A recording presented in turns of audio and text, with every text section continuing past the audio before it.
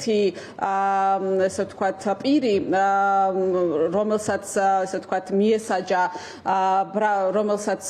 რომლის მიმართაც დადგა გამომტყუნებელი განაჩენი, შეიწყალა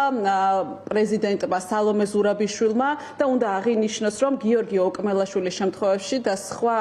ბრალდებულების შემთხვევებში ამის შემდგომ მოსამართლის და პროკურატურის მხრიდან კოორდინირებულად მოხდა მათი საქმეების გაჭიანურება, სპეციალურად გახანგრძლივდა საქმის განხილვის დრო, რომ დამდგარიყო გამომტყუნებელი განაჩენი მას შემდეგ, რაც პრეზიდენტ სალომე ზურაბიშვილს გაუვიდოდა საპრეზიდენტო ვადა იმისათვის, რომ აერიდებინათ, ასე ვთქვათ, საპრეზიდენტო შეწყალება მათთვის, რაც კიდევ ერთხელ ადასტურებს ამ საქმეზე პროკურატურის და სასამართლოს პოლიტიკურ мотивაციას. Რომ ამ საქმეზე მოწმეები არიან მხოლოდ და მხოლოდ პოლიციის თანამშრომლები, მიუხედავად იმისა, რომ ისინი დაიკითხნენ სხვადასხვა გამომძიებლის მიერ ერთი და იმავე დროს ისინი აბსოლუტურად იდენტური ტერმინოლოგიით,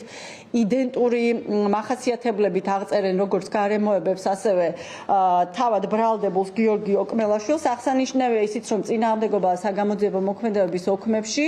არარეალისტური დროები არის მითითებული. მაგალითისთვის აღნიშნავ, რომ ერთ-ერთი მოწმე 40 წუთში კახეთიდან დიღმის საგამოძიებო ორგანოში არის გამოცხადებული, რაც ასევე არის წარმოუდგენელი. უკანონო არის თითქმის ყველა საგამოძიებო მოქმედება, რომელიც ამ საქმეზე არის ჩატარებული. უკანონო არის 3 ფოტოსურათით ამოცნობა, რომლითაც ამოიცნეს გიორგი ოკმელაშვილი პოლიციელებმა და მითითებულია მიზეზად ის, რომ ფოტოსურათით ამოცნობა ჩატარდა იმის გამო, რომ ვერ მოხდა გიორგი ოკმელაშვილის ადგილსამყოფელის დადგენა, მაშინ როცა საგამოძიებო ორგანოს არ განუხორციელებია არც ერთი მოქმედება მისი ადგილსამყოფელის დასადგენად, რაც უკანონოა და აღნიშნავ იმასაც, რომ დაკავების მიზნით საგამოძიებო ორგანომ წუთებში და წამებში იპოვა ბრალდებული გიორგი ოკმელაშვილი.